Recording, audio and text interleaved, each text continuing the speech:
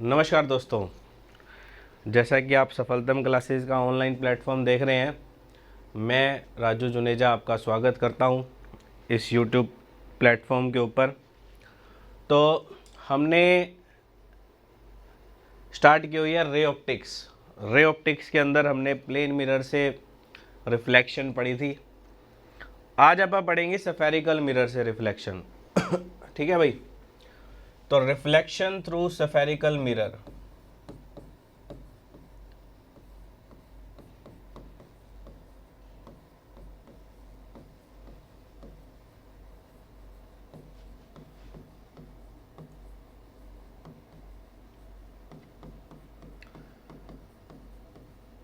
Spherical mirror से हमने reflection पढ़नी है कैसे होती है। तो कैसे सफेरिकल मिरर होते हैं, तो पहले सबसे पहले वो देख लेते हैं। एक सफेरिकल ग्लास है राई, ठीक है भाई। सफेरिकल ग्लास है, सफेरिकल ग्लास में से इतना इतना पार्ट काट लो। ऐसे काट के आ गया भाई, काट के आ गया भाई। जो ये अंदर वाला पार्ट है इसको बोला जाता है कनकेव पार्ट, ठीक है। और जो ये बाहर वाला पार्ट है इसको बोला जाता है कन्वेक्स पार्ट। एक होता है कनकेव पार्ट, एक होता है कन्वेक्स पार्ट, ठीक है। Concave part, convex part. तो कनकेव पार्ट और कन्वेक्स पार्ट दो पार्ट हो जाते हैं। तो अगर आप क्या करते हैं, कनकेव पार्ट को पॉलिश कर देते हैं, या सॉरी कन्वेक्स पार्ट को पॉलिश कर देते हैं। पॉलिश किससे करना है भाई, जैसे प्लेन मिरर किया था, सिल्वर से या एल्युमिनियम से, है ना। तो अगर हम कन्वेक्स पार्ट को पॉलिश कर देते हैं तो बन जाता है कनकेव मिरर, तो बन जाता है कनकेव मिरर। अगर हम कनकेव पार्ट को पॉलिश कर देते हैं तो हमारे पास रिफ्लेक्शन होगी कन्वेक्स पार्ट से, इसीलिए उसको बोला जाता है कन्वेक्स मिरर, ठीक है भाई। कनकेव मिरर कन्वर्जिंग मिरर होता है, पढ़ा होगा तुमने 10th क्लास के अंदर भी।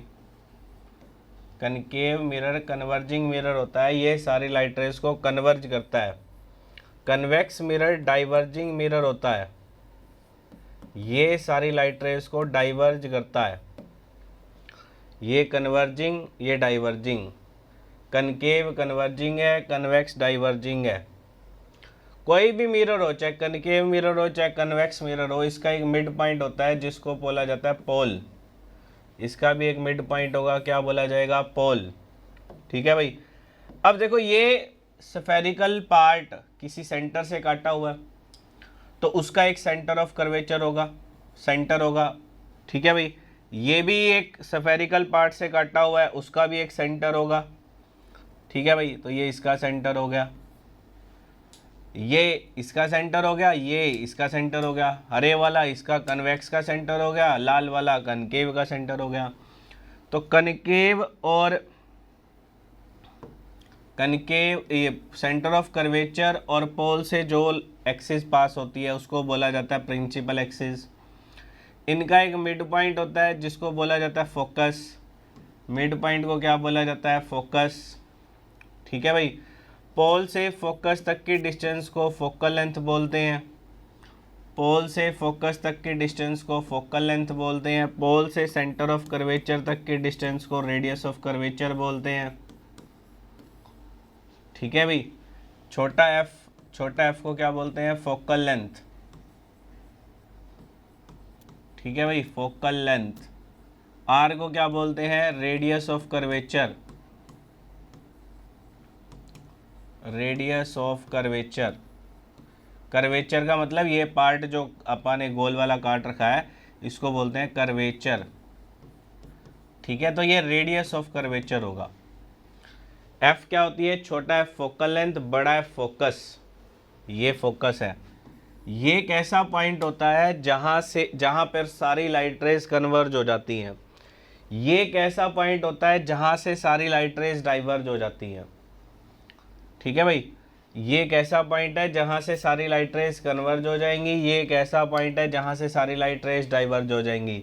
तो ये कनकेव का फोकस होगा और ये कन्वेक्स का फोकस होगा। इन दोनों के बीच का एक रिलेशन भी होता है, F is equal to R/2। कराएंगे इस प्रूफ का प्रूफ भी कराएंगे कैसे होता है ये। ठीक है भाई, F is equal to R/2 होता है। फोकल लेंथ जो होती है वो रेडियस ऑफ कर्वेचर की हाफ होती है। कैसे बनती है हाफ, ये आपको बताया जाएगा आने वाले लेक्चर के अंदर। तो आप स्टार्ट करते हैं। सबसे पहले कनकेव मिरर। ठीक है, कनकेव मिरर से भी सबसे पहले आप क्या पढ़ेंगे, रूल्स पढ़ेंगे। सबसे पहले rules for finding image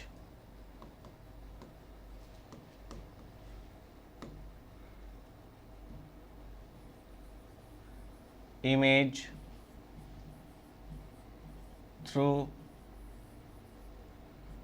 concave mirror. Concave mirror से इमेज फाइंड आउट करने के क्या क्या रूल हैं। ठीक है भाई, तो रूल नंबर वन क्या है कनकेव मिरर से इमेज बनाने का। पहला रूल, कनकेव मिरर बनाओ भाई। ठीक है, बहुत बेसिक से सिखा रहा हूँ भाई, बहुत बेसिक से। पोल है, फोकस है, सेंटर ऑफ कर्वेचर है। पहला रूल कहता है कि अगर लाइट रे प्रिंसिपल एक्सिस के पैरेलल जा रही है, रिफ्लेक्शन होने के बाद वो फोकस में से पास होगी। कोई भी लाइट रे आ रही है, किसी ऑब्जेक्ट से आ रही है, लाइट रे आ रही है प्रिंसिपल एक्सिस के पैरेलल, फोकस में से पास हो जाएगी। तो फोकस क्या होता है, एक ऐसा पॉइंट जहां से सारी लाइट रेज कन्वर्ज हो जाएंगी, उसको बोला जाता है फोकस। ठीक है, उसको क्या बोला जाता है, फोकस बोला जाता है। तो ये यहाँ पर लाइट रे कन्वर्ज हो रही है, तो पहला रूल हो गया हमारे पास। दूसरा रूल क्या कहता है, दूसरा रूल क्या कहता है हमारे पास, दूसरा रूल कहता है कि अगर कोई लाइट रे, ये पोल हो गया, ये फोकस हो गया, ये सेंटर ऑफ कर्वेचर हो गया। दूसरा रूल कहता है कि अगर कोई लाइट रे सेंटर ऑफ कर्वेचर से जा रही है, टकराएगी, वहीं से वापस आ जाएगी। जैसे ही टकराएगी वहीं से वापस आ जाएगी। ये रूल नंबर 2 है, रूल नंबर 2 है ये हमारे पास। लाइट रे जाएगी सेंटर ऑफ कर्वेचर से, वहीं से वापस आ जाएगी। रूल नंबर 3, रूल नंबर 3 क्या कहता है, अगर कोई लाइट रे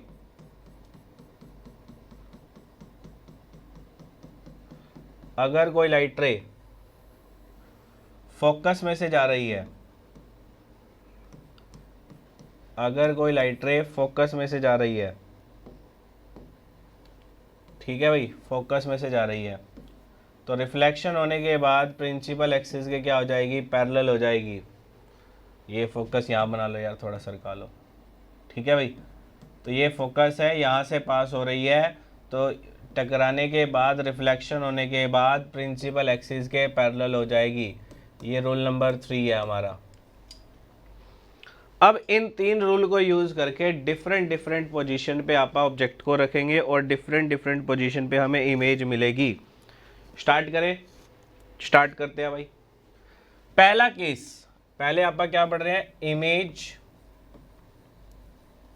through concave mirror. Concave mirror से इमेज कैसे मिलेगी, कहाँ मिलेगी।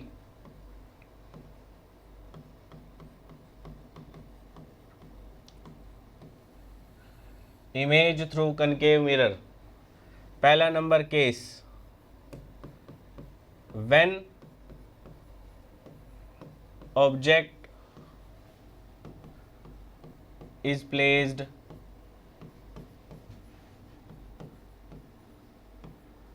between pole and focus। Pole और फोकस के बीच में ऑब्जेक्ट को रख दें हम, तो पोल और फोकस के बीच में ऑब्जेक्ट को रख रहे हैं भाई।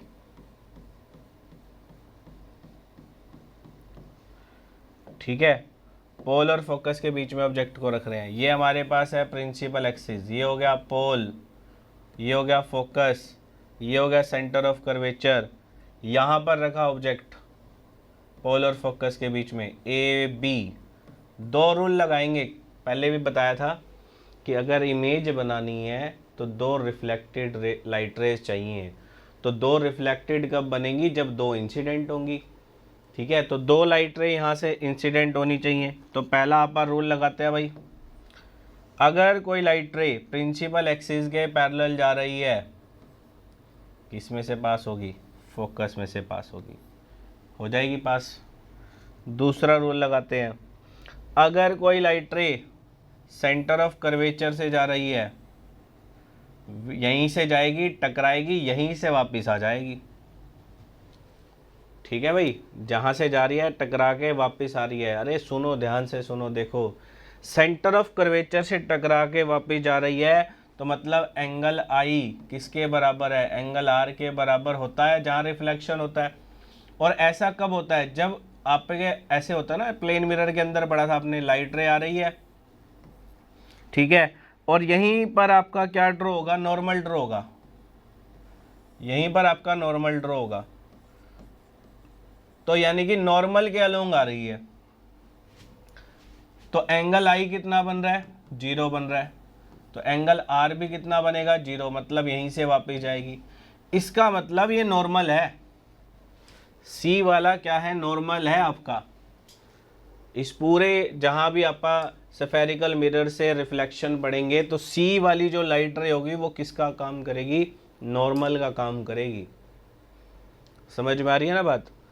अब देखो, ये आगे इसको अपन ने एक्सटेंड किया, इसको अपन यहाँ पर ले गए, ये नहीं मिल रही, ये भी नहीं मिल रही, अपने पास मिल ही नहीं रही। तो हम क्या करेंगे? पीछे की तरफ एक्सटेंड करके देखेंगे। तो पीछे की तरफ हम डॉट के अंदर एक्सटेंड करते हैं, क्योंकि वो रियल तो होती नहीं है। ठीक है, तो डॉटेड लाइन के अंदर इसको एक्सटेंड कर दिया हमने। ये यहाँ पर इंटरसेक्ट कर रही है, यहाँ पर इंटरसेक्ट कर रही है, तो यहाँ पर क्या बन जाएगी? इसकी इमेज बन जाएगी हमारे पास। ये इमेज बन जाएगी ए डैश बी डैश। ये इमेज बन गई। देखो, इतना ऑब्जेक्ट रखा, इतनी बड़ी इमेज बन गई। अब जो भी इमेज बनेगी उसकी 3 कैरेक्टरिस्टिक्स बताएंगे आपा। एक तो उसका नेचर बताएंगे आपा। क्या बताएंगे? नेचर। नेचर कैसा है जी इसका? पीछे की तरफ बन रही है वर्चुअल एंड इरेक्ट। क्या बनेगी? Virtual and erect. ठीक है, और पोजीशन क्या होगी हमारे पास? Behind the mirror.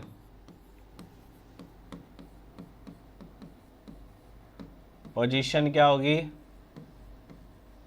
Behind the mirror. Mirror के पीछे जाके बन रही है। साइज कैसा होगा? मैग्नीफाइड।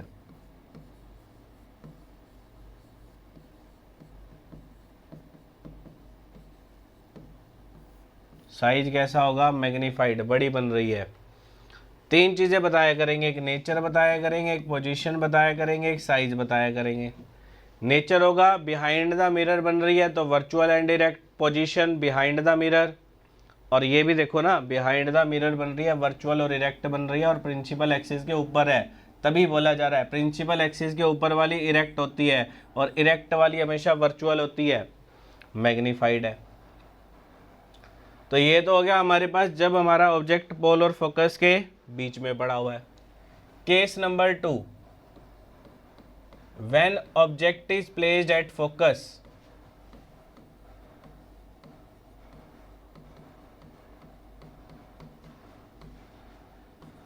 प्लेस्ड एट फोकस,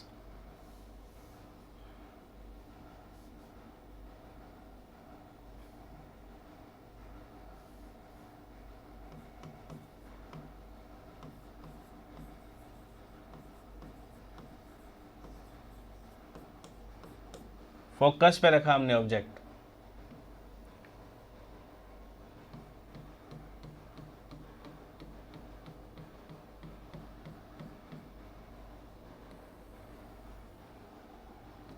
ये है पोल, फोकस, सेंटर ऑफ कर्वेचर। यहाँ पे रखा हमने ऑब्जेक्ट ए बी। पहला रूल लगाएंगे। पहला रूल क्या लगाएंगे? अगर लाइट रे प्रिंसिपल एक्सिस के पैरेलल जा रही है, टकरा के किस में से पास होगी? फोकस में से पास होगी। ठीक है। दूसरा रूल लगाएंगे, अगर कोई लाइट रे सेंटर ऑफ कर्वेचर से जा रही है, जाएगी, टकराएगी, वहीं से वापस आ जाएगी, नॉर्मल का काम करेगी। आगे तो मिल नहीं रही, पीछे मिला के देख लेते हैं, पीछे मिला के देख लेते हैं, पीछे भी नहीं मिल रही। अब ज़्यादा पीछे भी नहीं जाएंगे, क्यों नहीं जाएंगे, क्योंकि मैंने आपको पहले भी बताया कि अगर लाइट रे आगे नहीं मिल रही होती तो हम पीछे की तरफ जाते हैं, और पीछे की तरफ जाते हैं तो अगर पीछे भी नहीं मिलती, अगर पीछे भी नहीं मिलती, ठीक है, तो हम उसको छोड़ देते हैं। क्यों छोड़ देते हैं? क्योंकि लाइट रे कभी भी पीछे की डायरेक्शन में ट्रैवल नहीं करती है, हमेशा आगे वाली डायरेक्शन में ट्रैवल करती है, फॉरवर्ड डायरेक्शन में ट्रैवल करती है। तो पीछे जो इमेज बनाते हैं वो थोड़ी सी डिस्टेंस पे अगर मिलती है तो ठीक है, अगर नहीं मिलती तो छोड़ दो। अब इसको भी छोड़ दो, इधर भी छोड़ दो, इधर भी छोड़ दो। अब लाइट रे की एक प्रॉपर्टी होती है कि अगर लाइट रे एक पॉइंट से स्टार्ट हुई है, अगर लाइट रे इस पॉइंट से स्टार्ट हुई है, एक पॉइंट से स्टार्ट हुई है, तो वो एक पॉइंट पे जाके जरूर मिलेगी, चाहे दूर जाके मिले, ठीक है, तो बहुत दूर मिल जाएगी। अब ये जो अपन कनकेव मिरर यूज करते हैं, इसकी फोकल लेंथ बहुत छोटी होती है, या तो 10 सेंटीमीटर के होगा या 15 सेंटीमीटर का होगा, ठीक है, या 15 सेंटीमीटर का होगा या 20 सेंटीमीटर का होगा, ऐसे होगा। तो सेंटीमीटर के कंपेयर में जो इमेज बनेगी वो बहुत ज़्यादा डिस्टेंस पे होगी, मतलब मीटर के अंदर आ जाएगी। 10 मीटर पे बन गई, 15 मीटर पे बन गई, तो 15 मीटर और जो ये सेंटीमीटर है, इनका बहुत बड़ा वो होता है, इनके बीच में गैप आ गया ना, तो गैप आ गया तो हम क्या करेंगे, मतलब बहुत बड़ा डिस्टेंस आ जाता है मीटर और सेंटीमीटर के बीच में, ठीक है। तो आप क्या करेंगे, फिर उसको उसके कंपेयर में वो बहुत बड़ी हो जाती है, ठीक है। 15 मीटर और सेंटीमीटर को कंपेयर करोगे तो 15 मीटर बहुत बड़ा है, तो वो उसके सामने तो बहुत दूर काम करेगा, इन्फिनिटी पे पहुंच जाएगा। तो हम भी कहेंगे कि इसकी जो पोजीशन होगी वो कैसे होगी, एट इन्फिनिटी होगी। और नेचर कैसा होगा, नेचर अगर बनी तो नीचे की तरफ देखेंगे, फॉरवर्ड डायरेक्शन में, इधर की तरफ देखेंगे, तो नीचे बनेगी, रियल एंड इन्वर्टेड। और साइज कैसा होगा, हाईली मैग्नीफाइड होगा जी, उसका साइज हाईली मैग्नीफाइड होगा, ठीक है। साइज कैसा होगा, हाईली मैग्नीफाइड। तो ये 3 कैरेक्टरिस्टिक्स हैं जब आप ऑब्जेक्ट को कहाँ रखते हैं, फोकस पे रखते हैं। इमेज बहुत दूर जाके मिलती है, इन्फिनिटी पे जाके मिलती है, और उसका साइज कैसा होता है, हाईली मैग्नीफाइड होता है, ठीक है जी। उसका साइज कैसा होता है, हाईली मैग्नीफाइड होता है। केस नंबर 3, केस नंबर 3 क्या है, केस नंबर, व्हेन ऑब्जेक्ट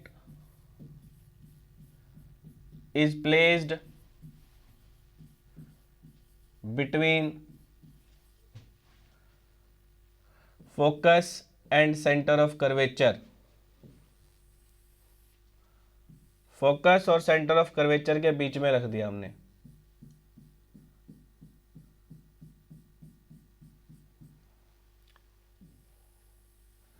ये है पोल, ये है फोकस, ये है सेंटर ऑफ कर्वेचर, यहां पे रख दिया हमने ऑब्जेक्ट को, ए बी, ठीक है भाई। पहला रूल लगाएंगे, पहला रूल क्या लगाएंगे, अगर कोई लाइट रे प्रिंसिपल एक्सिस के पैरेलल जा रही है, किस में से पास होगी, फोकस में से पास होगी। दूसरा रूल लगाएंगे कि अगर कोई लाइट रे सेंटर ऑफ कर्वेचर से जा रही है, इसको थोड़ा बड़ा करते हैं, ठीक है, सेंटर ऑफ कर्वेचर से जा रही है लाइट रे, सेंटर ऑफ कर्वेचर से जा रही है, तो वहीं से वापस आ जाएगी, जहाँ से जाएगी वहीं से वापस आ जाएगी, ठीक है। इसको थोड़ा पहले वाले रूल को थोड़ा और एक्सटेंड, ये देखो यहाँ पर इंटरसेक्ट कर गई, यहाँ पर इंटरसेक्ट कर गई, तो यहाँ पर क्या बन जाएगी इसकी इमेज, ए डैश बी डैश, नीचे की तरफ बन रही है, नीचे की तरफ बनेगी तो इन्वर्टेड होगी, तो वो रियल होगी, तो नेचर कैसा होगा, real and inverted, position C से पीछे बन रही है, beyond C, beyond centre of curvature. Size कैसा है, बड़ा बन रहा है, मैग्नीफाइड।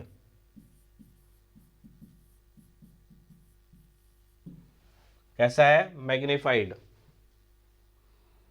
ठीक है, ये तीसरा नंबर केस था। चौथा नंबर केस पढ़ते हैं, केस नंबर 4। व्हेन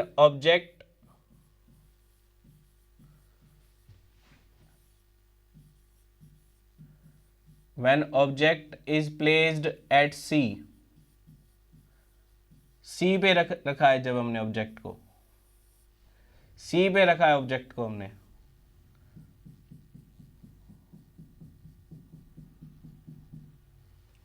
लाइट रे जा रही है प्रिंसिपल एक्सिस के पैरेलल, पोल है, फोकस है, सेंटर ऑफ कर्वेचर है, यहां पर रखा हमने ऑब्जेक्ट को, ए बी।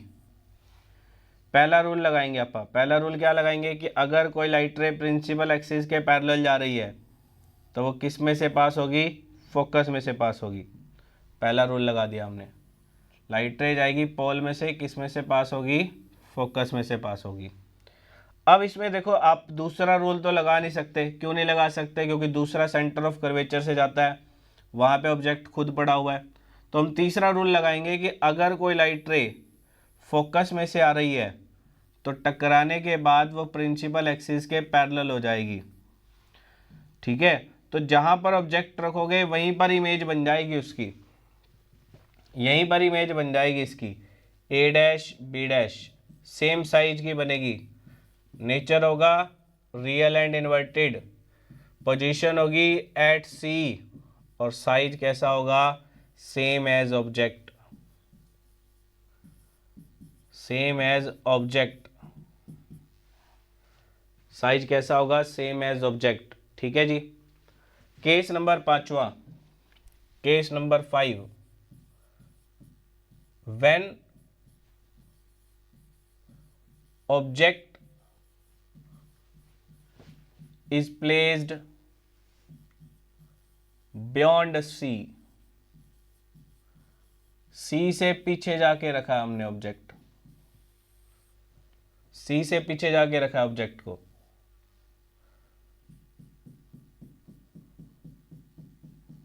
C से पीछे जाके रखा है भाई, पोल है, फोकस है, सेंटर ऑफ कर्वेचर है, यहां पर रख दिया हमने ऑब्जेक्ट ए बी। पहला रूल लगाओ, जैसे पहले लगा रहे हैं आप, प्रिंसिपल एक्सिस के पैरेलल आ रही है, किस में से पास होगी, फोकस में से। दूसरा रूल लगाओ, सेंटर ऑफ कर्वेचर से जा रही है, टकराएगी, वहीं से वापस हो जाएगी। यहाँ पे क्या बन गई हमारी इमेज, यहाँ पे क्या बन गई हमारी इमेज, ए डैश बी डैश। अब छोटी बन रही है, देख रहे हो, छोटी बन रही है। नेचर कैसा होगा, बन तो वही नीचे रही है, नेचर कैसा होगा, रियल एंड इन्वर्टेड। पोजीशन क्या होगी, between C and F, centre of curvature and focus. Size कैसा होगा, छोटा बन रहा है, डिमिनिश्ड, डिमिनिश्ड बनेगा साइज। ये 5वां केस है जी। लास्ट केस कनकेव मिरर का, कनकेव मिरर का लास्ट केस, छठा case, when object is placed at focus, sorry focus नहीं, इन्फिनिटी, फोकस पे तो इमेज बनेगी ना। जब ऑब्जेक्ट इन्फिनिटी पे होगा, ऑब्जेक्ट इन्फिनिटी पे होगा तो लाइट रेज पैरेलल आएंगी भाई, क्योंकि बहुत दूर पड़ा है और बहुत दूर देखते हैं तो लाइट रेज पैरेलल हो जाती हैं।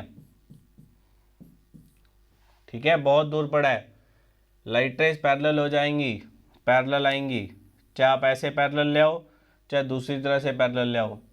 ये फोकस में से पास होगी, ये भी फोकस में से पास होगी, और फोकस पे एक बहुत छोटी सी पॉइंट इमेज बन जाएगी। और ये इमेज, पॉइंट इमेज जो है, इसकी करेक्टरिस्टिक्स क्या क्या होंगी, इसका नेचर कैसा होगा, रियल एंड इन्वर्टेड होगी क्योंकि मिरर के सामने बन रही है, पोजीशन एट एफ होगी, और साइज कैसा होगा, हाईली डिमिनिश्ड होगा जी, एच डी, हाईली डिमिनिश्ड। ठीक है, ये 6 केस हैं आपके कनकेव मिरर के। ऐसे ही कन्वेक्स से भी हैं, वो बाद में पढ़ेंगे, लेकिन पहले आप क्या करते हैं, पहले हमारा जो रिलेशन है एक, जो मैंने आपको कहा था कि उसका प्रूफ कराएंगे आप, relation between F and R, focal length and radius of curvature के बीच में क्या रिलेशन होता है, ये रिलेशन करा देता हूं आपको। एफ देखो, रिलेशन मैंने बताया था कि एफ किसके बराबर होता है, r/2 के बराबर होता है। ठीक है भाई, अब मेरी बात सुनो ध्यान से, बिल्कुल कान लगा के सुनना भाई। क्या है कि जितने भी अपने पास ऑप्टिक्स के अंदर आपा प्रूफ करेंगे, इसमें आपा एक चीज मान के चलेंगे कि जो भी हमारा कर्वेचर होता है, अपर्चर होता है, वो बहुत छोटा होता है। ठीक है, जितने भी चीज होती हैं वो बहुत छोटी चीजें होती हैं। ठीक है भाई, तो उस करके अपने को ये सारी चीज़ें छोटी लेके चलनी पड़ती हैं। ऑप्टिक्स के अंदर जितने भी प्रूफ करेंगे, कर्वेचर, एंगल वेंगल जो बनेगा सब छोटे बनते हैं। जितनों के भी प्रूफ करेंगे, चाहे अभी आप रिफ्रैक्शन के अंदर पढ़ेंगे, अभी आप कनके ये रिफ्लेक्शन के अंदर पढ़ रहे हैं, तो ये कर्वेचर अपर्चर जो होता है ये छोटा मान के चलते हैं, और जितने भी एंगल बनते हैं वो भी छोटे मान के चलते हैं। तो इसको प्रूफ करने के लिए हमने क्या बनाया, कनकेव मिरर बना लिया भाई। ठीक है, ये हो गई प्रिंसिपल एक्सिस, ये हो गया पोल, ये हो गया फोकस, ये हो गया सेंटर ऑफ कर्वेचर। ये लाइट रे आ रही है हमारे पास प्रिंसिपल एक्सिस के पैरेलल, किस में से पास होगी, फोकस में से पास होगी। पहला रूल लग गया, कोई दूर ऑब्जेक्ट पड़ा है। अब मैंने आपको एक चीज बताई थी कि जो सेंटर ऑफ कर्वेचर से जाती है वो वहीं से वापस आ जाती है, इसका मतलब वो नॉर्मल का काम करती है। तो ये नॉर्मल हो गया हमारे पास, क्या हो गया ये हमारे पास, नॉर्मल। अब नॉर्मल के साथ इंसिडेंट रे, ये इंसिडेंट रे है, ये नॉर्मल है, ये जो एंगल बनाएगी इसको बोला जाएगा angle I, angle of incidence. Normal के साथ रिफ्लेक्टेड, अब ये रिफ्लेक्टेड रे है, ये जो एंगल बनाएगी इसको बोला जाएगा एंगल आर। क्या बोला जाएगा, एंगल आर बोला जाएगा। इस पॉइंट को नाम दे दूं मैं एम, क्या नाम दे दूं मैं, एम। ठीक है भाई, दे दिया नाम। अब आपको ये पता है कि अगर जहां पर रिफ्लेक्शन हो रहा है तो एंगल आई है, तो एंगल आर भी होगा और बराबर होंगे दोनों, तभी रिफ्लेक्शन हो सकता है, ऐसे तो रिफ्लेक्शन नहीं हो सकता। एंगल आई किसके बराबर है, एंगल आर के बराबर है, ये दोनों एंगल बराबर है। तो अब ये देखो, ये पैरेलल लाइन है, ये ऐसे बन रहा है, ये इसके प्रिंसिपल एक्सिस के पैरेलल है, ये ट्रांसवर्स कर रही है। ये ध्यान से देखना, ध्यान से देखना भाई, ये इससे ग्रीन कलर इसके ऊपर चलाऊंगा, ये वाली लाइन देखना, ये देखना भाई, ये जेड बना रहे हैं। तो जहां पर जेड बनता है वहां पर अल्टरनेट एंगल इक्वल होते हैं, यानी कि ये वाला एंगल जो है, ये एंगल भी कितना बनेगा, एंगल आई बनेगा। समझ गए बात को, क्योंकि अल्टरनेट एंगल हो गए तो ये वाला और ये वाला एंगल भी क्या होंगे, इक्वल होंगे। अगर ये एंगल आई है तो ये भी एंगल कितना बनेगा, आई बनेगा। बन गया भाई। अब आपने ट्रायंगल देखनी है, ट्रायंगल एम सी एफ, देखो कहाँ बन रही है, triangle M C F, triangle M C F कहाँ बन रही है भाई, देखो ये येलो कलर से देखना, ये रही एक एम सी एफ, ये बन रही एम सी एफ।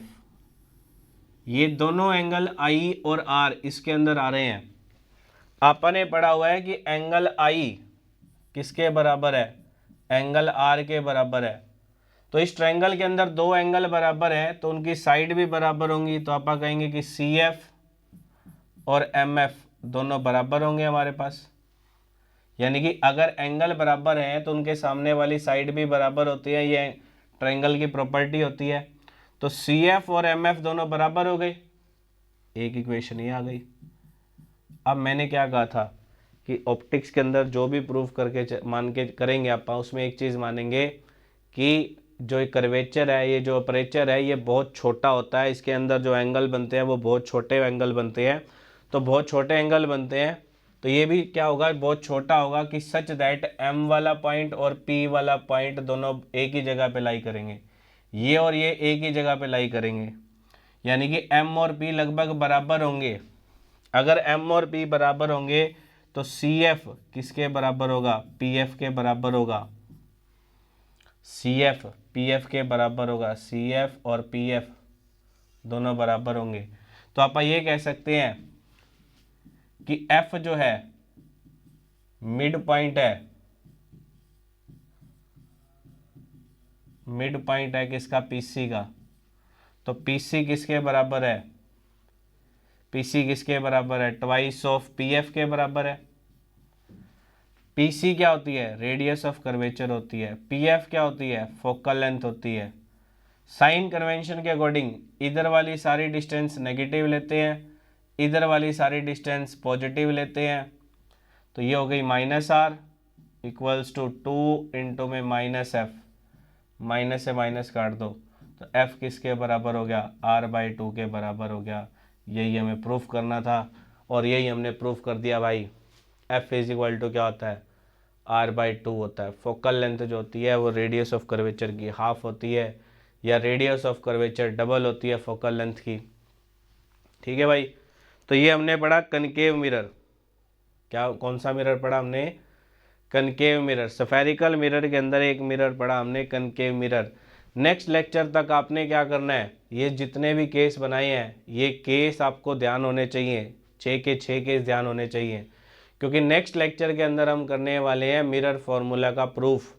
तो मिरर फॉर्मूले का प्रूफ करेंगे, उसके लिए अपने को ये सारे जो होते हैं क्या नाम है, ये केस की रिक्वायरमेंट होती है, और केस की रिक्वायरमेंट होती है तो इसमें से कोई भी केस को लेके हमें मिरर फॉर्मूला प्रूफ करना हो सकता है। तो आपको करना है, ये केस ध्यान रखने हैं, ये प्रूफ ध्यान रखना है। ठीक है भाई, तब तक नेक्स्ट लेक्चर के अंदर मिलते हैं। तो good bye, thank you and have a nice day.